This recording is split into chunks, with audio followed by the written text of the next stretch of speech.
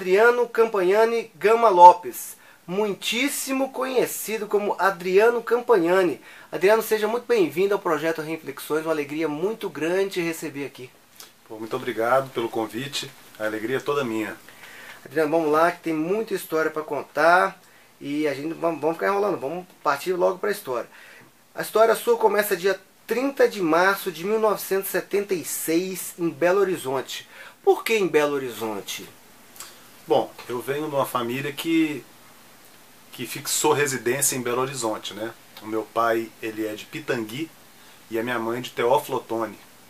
E os dois fixaram residência, se conheceram na faculdade e tal, casaram e viveram em Belo Horizonte. Então eu nasci em Belo Horizonte, nessa família que é uma família de professores, de biólogos. Bacana, mas a sua família tinha um pé na música também, não tinha muitos músicos na sua família também, não tinha?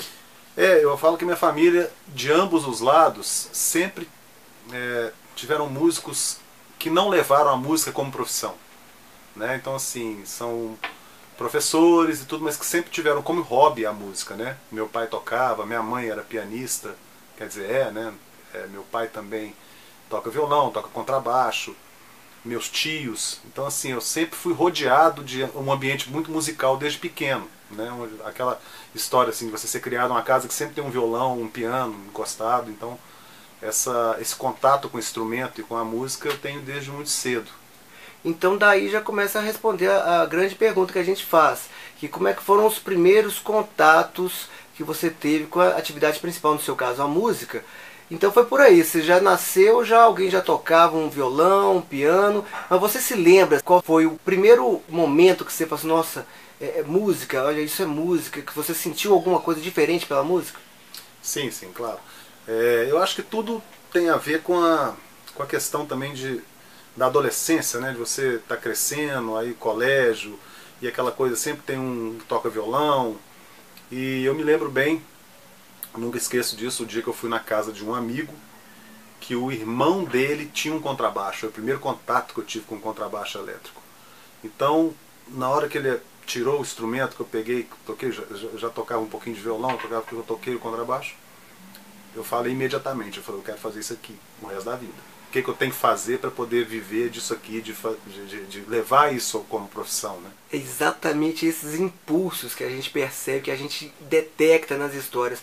Algum momento que a pessoa fala, é isso que eu quero para mim. Pronto, então esse momento, a partir desse momento você já começou a focar. Como é que eu faço para procurar isso? Como é que foram os primeiros passos então nessa direção? Como de todo mundo, muito difícil, né? Assim, apesar de ter sempre esse envolvimento musical na família, mas as condições de todo mundo, né, assim, nessa época não eram as melhores, quer dizer, pelo menos da minha família. Então eu custei a conseguir comprar um contrabaixo, um primeiro instrumento, mas com 12, 13 anos eu começando já a estudar, eu tive a sorte também de ter um tio músico que me indicou um professor muito bom e comecei a estudar e aquela coisa de começar a tocar, conhecer as pessoas, né? Então eu considero essa época de adolescência assim primordial porque para minha formação, porque foi onde eu dediquei muito assim, de estudar 5 horas por dia, 8 horas por dia, enquanto os colegas estavam nas festinhas, né? A vida social assim, eu tinha aquilo na minha mente assim de dedicar ao máximo. Então chegava do colégio e estudava música. E comecei a tocar com algumas pessoas também. Dentre elas, esse apresentador que nos fala, que foi a primeira banda que eu participei, que eu toquei, foi com ele, com o Kaká, ele era baterista. E ali foi o começo mesmo da minha vida profissional, entre aspas, assim. E me conta aqui, a gente sempre fala das inflexões, são aqueles momentos que fazem aquela virada. A primeira e a maior de todas você já falou, foi no momento que você segurou o contrabaixo e falou assim, nossa, é isso. A segunda, a gente também realça aqueles encontros com as pessoas, a gente chama de pessoas chaves. São pessoas que influenciaram de uma forma assim muito forte, muito aguda a sua vida. Você já falou uma delas, que foi o seu tio que indicou o primeiro professor. Além dele ter sido ter criado essa ponte até um professor, eu considero que ele foi uma influência muito forte para mim, porque ele é um músico extraordinário, Ele chama-se Amaury Ângelo, conhecido como Aranha. E eu tinha ele como referência, daquele músico que estudava, que levava muito a sério. Inclusive ele falou uma frase pra mim que eu sempre levei, que é: você quer viver de música? Então tudo vai depender do nível de seriedade que você leva. O que você dedica pra música, ela vai te retornar. Então isso sempre ficou no meu subconsciente, né, assim, pra você ter o foco mesmo de ser um bom músico, de estudar, de sempre aprender mais e enfim, de crescer, né? Pronto, beleza. Começou a estudar, com foco, aumentando cada vez mais. Aí começaram a pintar alguns convites. Como é que foram os primeiros convites?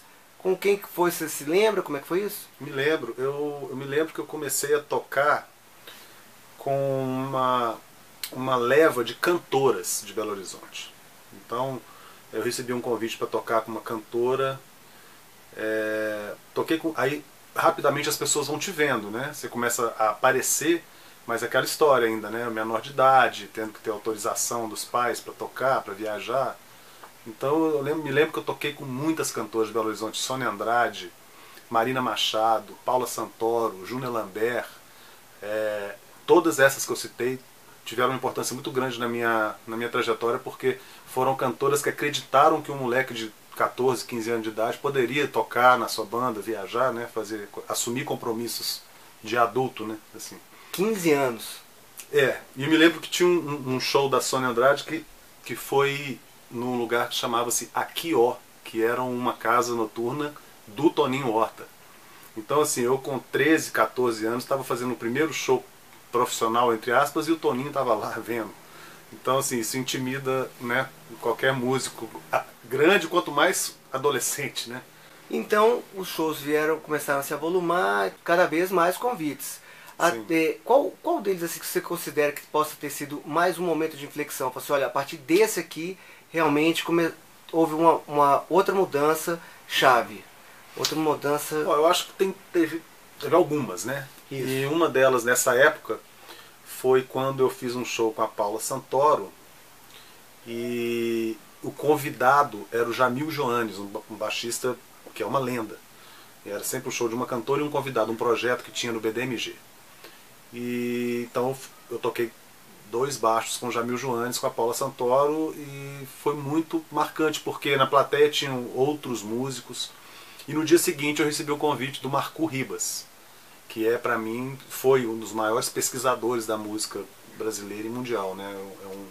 Além de ser um artista, um cantor, um compositor extraordinário, era um pesquisador.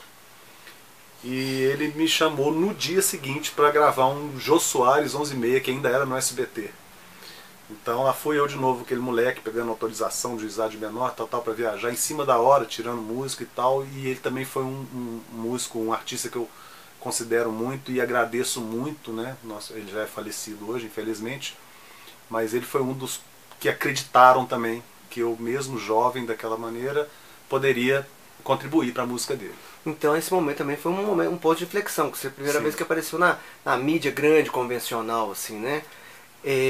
A estrada continua, você se aproximando aí da maioridade dos 18 anos, provavelmente já começou também a pintar algum convite para estúdio, alguma coisa assim. Como é que desenrolou isso? O estúdio, eu sempre gostei muito de estúdio e tenho a sorte, né, de já ter gravado bastante discos com vários artistas nacionais e internacionais. Você já gravou mais de 390? Já participou de mais? De mais de quase 400 gravações. Isso em 25 anos, né, que eu considero de carreira, assim. E qual foi a primeira participação sua, assim? Em 1993, eu gravei um disco do finado também, do saudoso compositor Fernando Boca. E era um disco produzido pelo Marcelo Susequinde. E eu, novinho lá também, com os músicos tarimbados da cidade e tal. Eu acho que isso foi um episódio marcante para mim dentro de estúdio, assim, porque foi a primeira vez que eu gravei num estúdio profissional, assim, e tal. E fora isso, eu acho que a maior virtude do instrumentista é você ser eclético, você ser versátil, né? Então você tocar música cubana, música brasileira, música americana, você está apto a tocar, né, vários estilos. E isso sempre foi uma coisa que eu fui, né, foi forçado, não foi forçado, mas foi Eu tive a sorte disso, porque eu já toquei com músicos africanos, nessa época mesmo eu toquei com o Mamou Ba, que era um percussionista africano. Então, assim, esses convites diferentes, de estilos diferentes, eu acho que contribuem muito para a nossa formação, porque você tem que estudar aquele estilo ali, porque senão você não vai estar apto para tocar. Né? Então, sempre foi muita garra, muita batalha, assim, para poder me tornar um músico mais versátil, né, da forma que eu pudesse trabalhar. Um outro episódio marcante foi quando me ligaram falando assim, olha, o Beto Guedes está trocando de baixista. Você quer participar de uma audição? Eu falei, óbvio, né? E eu sempre muito ligado na música mineira, né? A gente nasceu no berço da música mineira, então eu fui todo temeroso também, né? Tinha mais uns 3 ou 4 baixistas, todos fizeram a audição. E no dia seguinte já me falaram, ó, você tem um show em São Paulo esse fim de semana, então você tem que tirar o repertório todo do Beto Guedes. Eu falei, olha, que bom. E a partir desse momento, eu acredito que foi onde eu comecei a viajar mais pelo Brasil, né? Eu viajava muito por Minas, com as cantoras, mas pelo Brasil eu comecei a viajar de verdade com o Beto Guedes. Isso você tinha mais ou menos quantos anos? Eu tinha 20 anos. 20 anos. Porque esse ano está completando 20 anos que eu estou na banda do Beto. Bacana.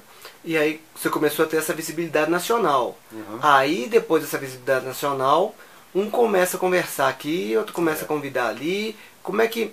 Aí realmente você começa a ter um diferencial de trabalho, porque você está em lugares que as pessoas estão te vendo, né? Então, eu me lembro que a gente fazia temporadas no Palace, em São Paulo, que é uma casa que não existe mais, temporadas no Imperator, no Rio. Então, assim, são músicos e artistas e diretores musicais de outros estados que estão te vendo tocar. Isso sem esquecer que nós estamos falando de uma época que a internet estava engatinhando. Então não existia, né, essa exposição que a gente tem hoje de gravar um vídeo, botar no YouTube, isso não existia nessa época.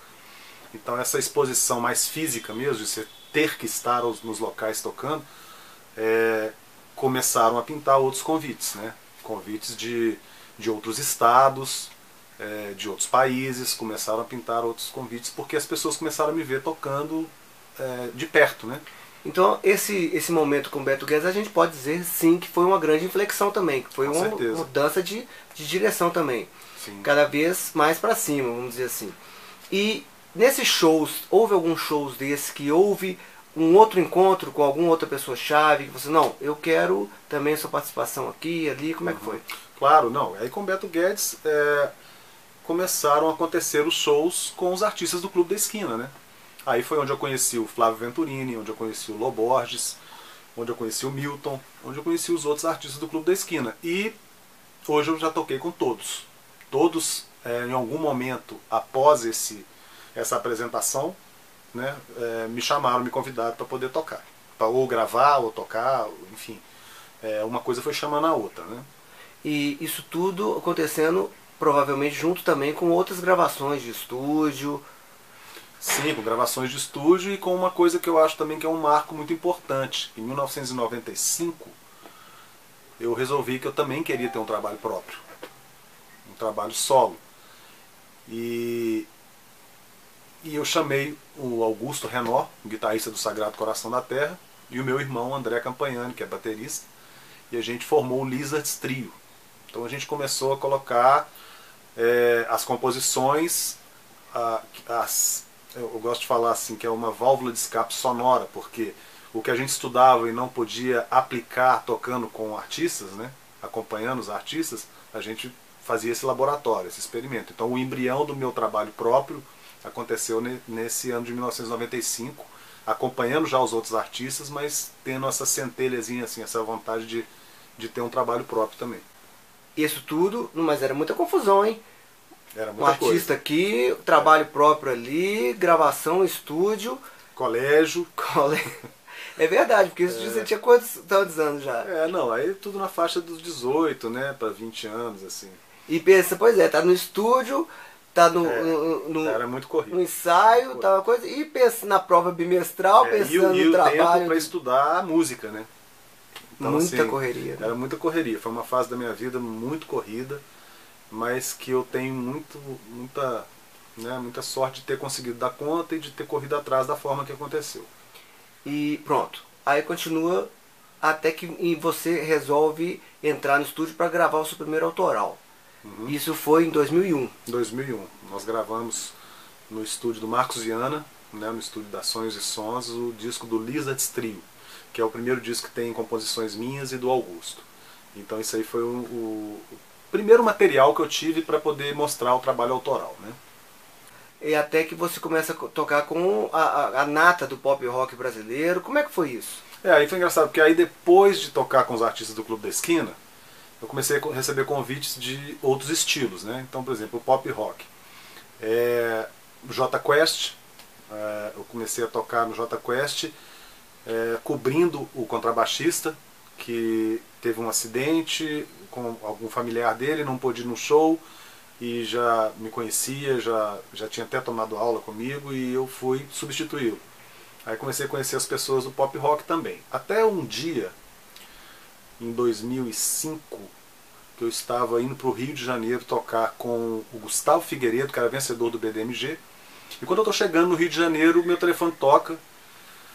Era um baterista muito bom do Rio, Cadu Menezes, me convidando, perguntando se eu tinha interesse em participar de uma outra audição para a banda Kid Abelha. Eles estavam trocando de baixista. Eu, né, obviamente disse que sim, as condições eram muito boas de trabalho.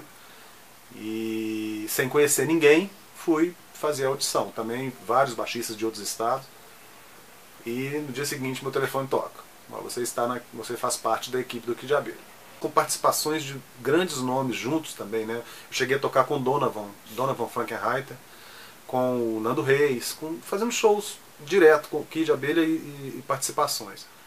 E foi no mesmo ano que eu gravei o meu primeiro CD autoral, o primeiro que leva o meu nome, né, que não era mais o trio.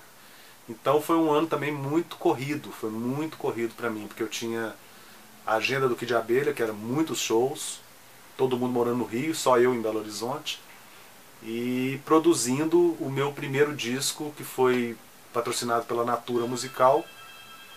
E nessa correria toda, ainda, né, dando conta ainda de todos os compromissos com os outros artistas, com o pessoal do Clube da Esquina, com o pessoal do pop rock, e ainda fazendo a pré-produção do meu disco, começando a gravar de verdade também. Que ano foi isso? 2005. Um ano chave, né? Foi um ano chave, eu considero um ano chave, assim. Beleza, então quebrando tudo lá no Kid Abelha. E como é que foi? 4 anos do Kid Abelha, como é que foi o próximo passo então? Bom, a banda, depois de 25 anos de carreira, de trabalho direto, eles resolveram parar, né? Foi a primeira pausa que a banda fez. E por tempo indeterminado. Então, eles pararam, e um outro grande artista que eu toco hoje em dia, que é o Wilson Sideral, ficou sabendo que o Kid tinha parado, e ele já tinha, já estava querendo me chamar, porque estava trocando de baixista também, e me fez o convite.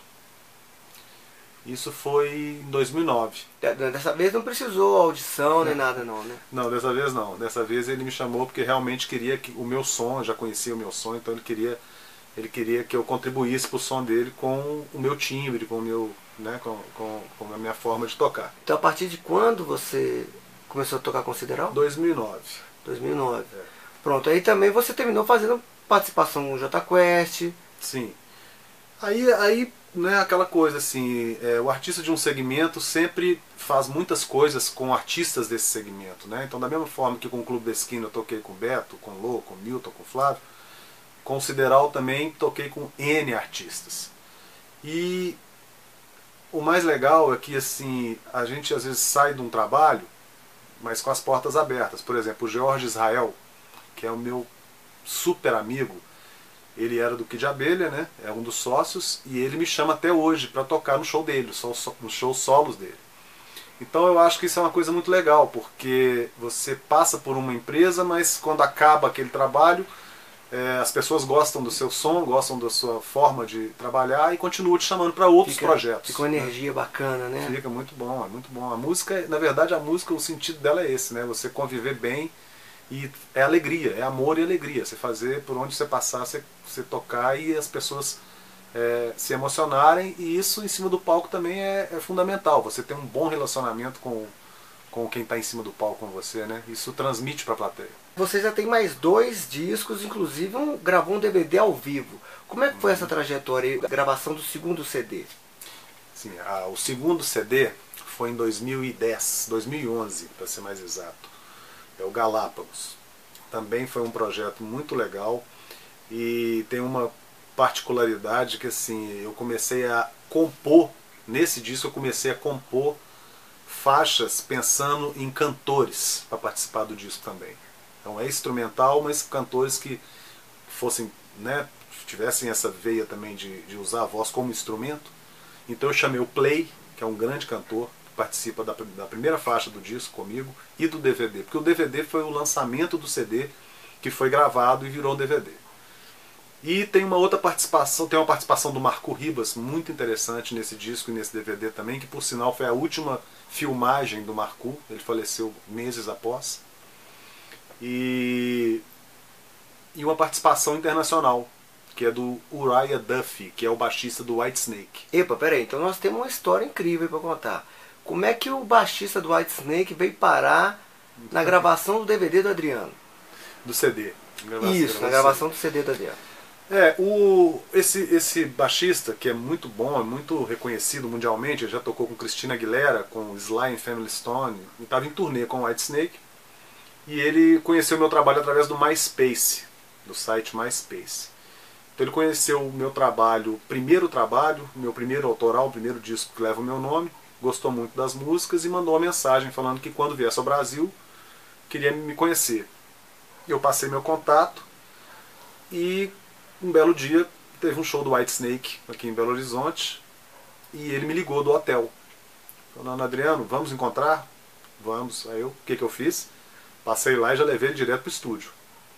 Peguei o André, o meu irmão, fomos pro estúdio e gravamos 6 faixas de 2 baixos e bateria. E uma delas ficou tão boa que eu coloquei no disco.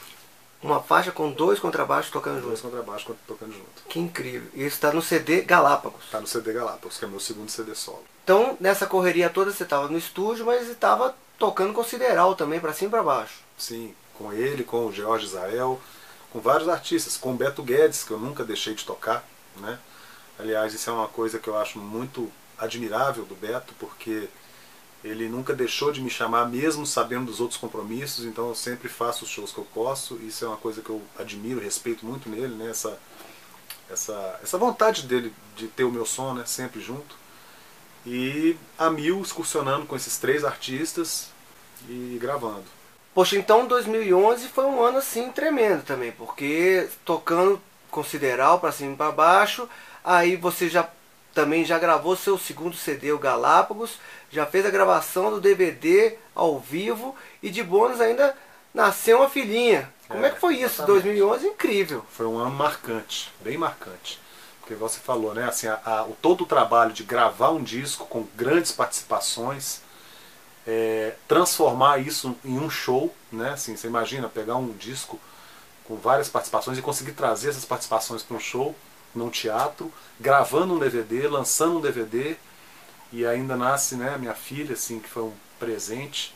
E provavelmente esse segundo trabalho já te abriu mais portas também, não é isso? Sim. Como é que foi? Eu considero que foi um marco também, porque eu comecei a receber convites para tocar nos festivais de jazz, né? Que é o sonho de todo músico que tem um trabalho próprio, né? Você entrar no circuito do festival de jazz.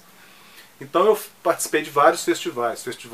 Tem um festival muito legal em Governador Valadares, em Minas Gerais, que é o Valadares, Team Valadares Jazz Festival, que eu fui convidado, já toquei em 6 edições. Festivais internacionais, como o La Plata Jazz Festival, que é um dos maiores festivais da América Latina, ele acontece num teatro que tem 5 andares, você tem 5 andares de plateia. E já toquei 3 edições também. Tudo exclusivamente com o meu trabalho próprio, com o meu trabalho autoral, né? Então a partir do momento que eu já tinha 2 discos, um DVD, então começou a consolidar, né? A obra mais consolidada, começaram a aparecer mais convites assim, para esse tipo de festivais, de shows e consequentemente de workshops, né? Que eu acho que é uma coisa que se você colocar hoje, perguntar para mim assim, o que eu mais gosto de fazer dentro da música, se é show, se é gravar, se é a coisa que eu mais gosto de fazer é o workshop.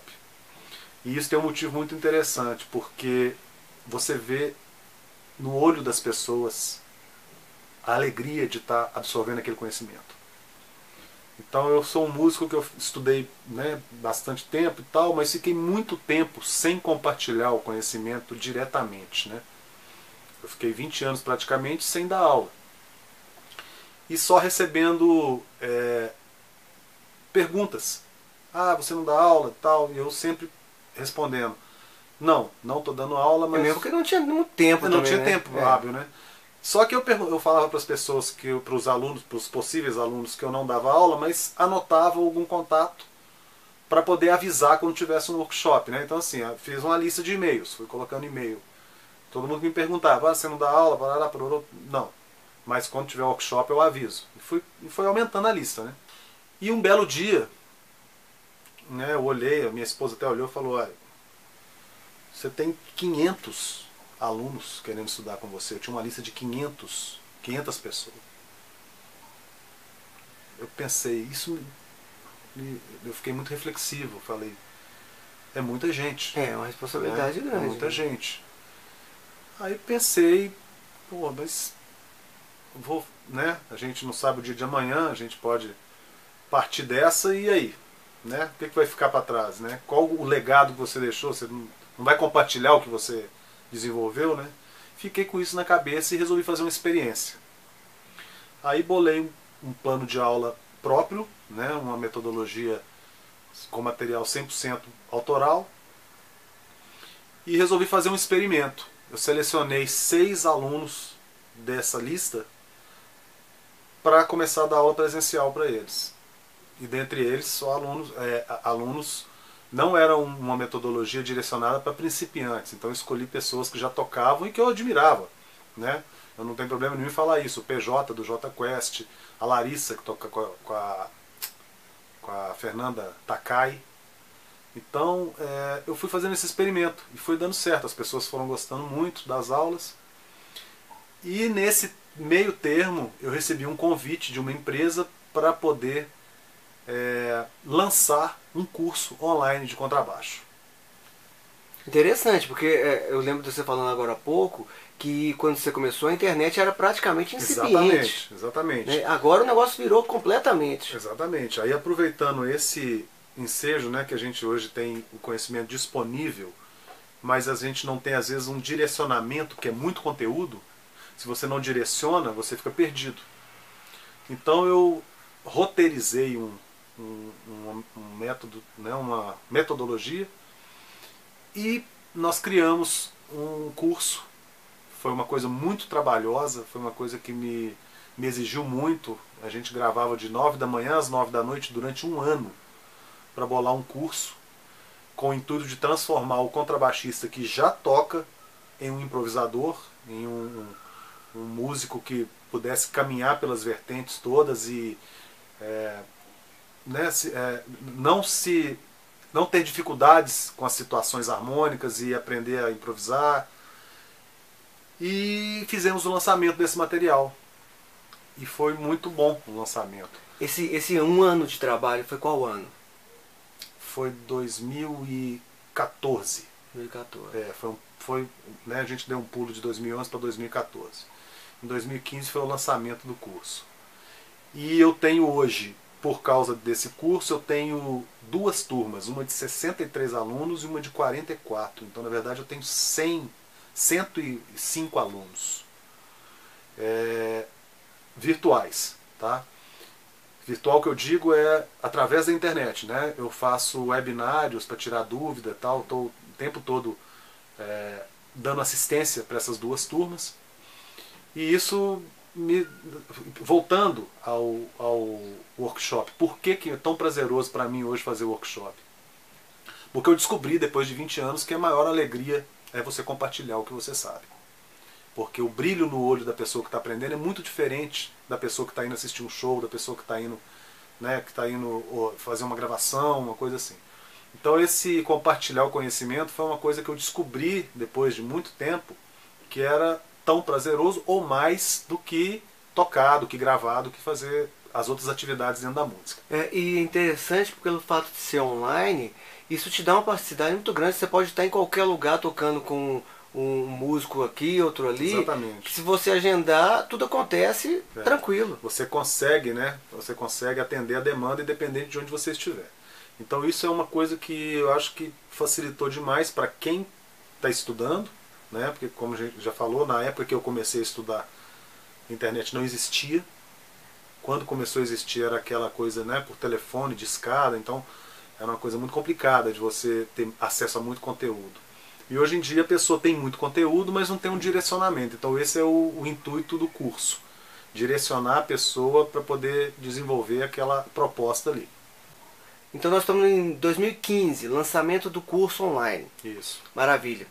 De lá para cá, mais um ano e já tem mais um CD, agora lançando um CD fresquinho, saindo do forno agora. Exatamente. Fala para nós como é que foi a experiência desse terceiro CD aí. Esse terceiro CD, em matéria de produto, eu considero o mais importante da minha vida. Por quê? Ele é um disco comemorativo, né? Eu resolvi comemorar os 25 anos de vida dentro da música. Não vou nem falar de carreira, né? Porque eu considero a minha vida dentro da música, exclusivamente da música. Eu vivo exclusivamente de música, já tem 25 anos. E eu resolvi fazer um disco comemorativo chamado Instrumental das Esquinas e convidar os artistas que eu tive a sorte e o prazer de conviver nesse tempo todo. Então a gente tem participações de Toninho Horta, que para mim hoje é o maior músico vivo do mundo. Show. Lô Borges, Flávio Venturini, Wilson Sideral. Então assim, são artistas que eu tenho profunda admiração e adoro estar na estrada com eles. Todos eles eu já toquei em vários shows, em gravações e tudo, e todos aceitaram o convite de participar do meu trabalho. Então, e a contribuição deles para esse disco é fenomenal, porque eu compus as faixas pensando nos convidados. Então eles se sentiram muito à vontade, né? Assim, ouvindo uma coisa que eles já sabiam que poderiam nadar de braçadas, entre aspas, em cima daquilo ali. Então, nesse disco, se o primeiro já teve uma repercussão, o segundo já te projetou para os festivais de jazz. Esse terceiro disco, então, vai ser uma pancada. A gente espera que aconteçam, né, coisas boas, porque foi feito com muito cuidado, com muito carinho e pensando bem nessas participações, né? E tudo na vida é reciprocidade. O tanto que eles se doaram, foram generosos comigo, eu acho que isso não tem preço, né? Então assim, eu gostaria muito de agradecer a eles de antemão. O disco ainda não foi lançado, o disco está pronto, mas ainda não ocorreu um show de lançamento. Então se você tiver curiosidade de conhecer um pouquinho mais do Instrumental das Esquinas, que é o disco novo, do Galápagos, ou do Adriano Campagnani primeiro, que é o meu primeiro disco, você pode acessar o meu site, que é www.campagnani.com.br. Maravilha. Adriano, e toda essa trajetória de muito sucesso, de muito talento, agora inclusive com essa missão de poder compartilhar essa sabedoria, esse conhecimento todo, isso provavelmente também rendeu muitas parcerias, né? Você tem algum endorser, alguma empresa que te dá suporte? Como é que é isso? Sim. Hoje eu sou endorser, eu já tive endorser de outras marcas, mas hoje eu sou endorser da Michael Instrumentos Musicais. E a Michael é uma empresa muito interessante porque ela é uma empresa brasileira, mineira, de Belo Horizonte, mas com sede na China, em Xangai. Então é uma empresa internacional e hoje ela é a maior empresa de instrumentos musicais da América Latina. E ela tem uma história muito legal comigo porque ela me procurou pelo perfil de workshop que eu tenho, de produzir workshops. Então, em cima disso, estamos trabalhando num protótipo de um novo instrumento, né? Me ofereceram um instrumento que eu fiz algumas modificações e a gente já chegou em um protótipo e agora estamos no segundo protótipo para poder lançar o instrumento em série. Peraí, como assim um instrumento? Eles te ofereceram, eles estão desenhando um contrabaixo para você, é isso? Isso, eles estão modificando um contrabaixo que já existia com as modificações que eu quis para poder customizar esse instrumento e produzir ele em seguida em série com a minha assinatura. Então vai ser o contrabaixo modelo Adriano Campagnani. Isso. Que bacana. E qual que é a previsão disso? A previsão já é para esse ano, porque as primeiras peças já foram fabricadas. Então a gente está agora, né, com a fase de protótipo 1 já passou, agora o protótipo 2 para poder entrar na série. Então eu acredito que no ano que vem ele já deve estar chegando nas lojas. Que bacana, hein? Muito legal. Adriano, então essa trajetória de sucesso, trajetória de muito estudo, muito trabalho, muita dedicação, é uma trajetória muito vitoriosa mesmo. A gente sempre pede para os nossos convidados deixarem uma mensagem para as pessoas que vão assistir o vídeo. Uma mensagem de incentivo, de coragem, uma mensagem de inspiração. Deixa agora a mensagem aí de Adriano Campagnani para o pessoal. Bom, o que eu tenho a falar sobre isso tudo, né, que eu vivi até hoje, é que é muito duro, é muito difícil, exige uma dedicação 100% do seu tempo, né? Assim, eu acho que o Hermeto Pascoal, nosso grande Hermeto Pascoal, fala uma frase que é importante. A música, ela não é uma profissão, a música é uma devoção. Você tem que ser devoto dela a vida inteira para poder ter o retorno. E se você entra para a música com o intuito de ter um retorno, seja ele financeiro, artístico, é uma forma equivocada de entrar para a música. A música você tem que entrar para ela de coração aberto. Você tem que entrar com a dedicação, com o prazer, fazendo uma coisa que você é apaixonado, uma coisa que você ama, e você vai ter o retorno. Isso é certo. É muito difícil, você rala muito, você dedica muito. Mas depois de 25 anos passando por todas essas dificuldades, mas colhendo os frutos, eu falo que eu faria tudo exatamente igual de novo, se precisasse. Então suas dicas são dedicação, devoção. Devoção, dedicação e o principal, fazer o que se ama. Porque quando você faz o que se ama para viver, você não trabalha, né? Você só vive fazendo o que gosta. Maravilha. Então, Adriano, a gente só tem a agradecer a sua participação, essa história maravilhosa, desejar tudo de bom para você, que Deus te abençoe, sucesso sempre. Muito obrigado, eu que agradeço o convite e tudo de bom.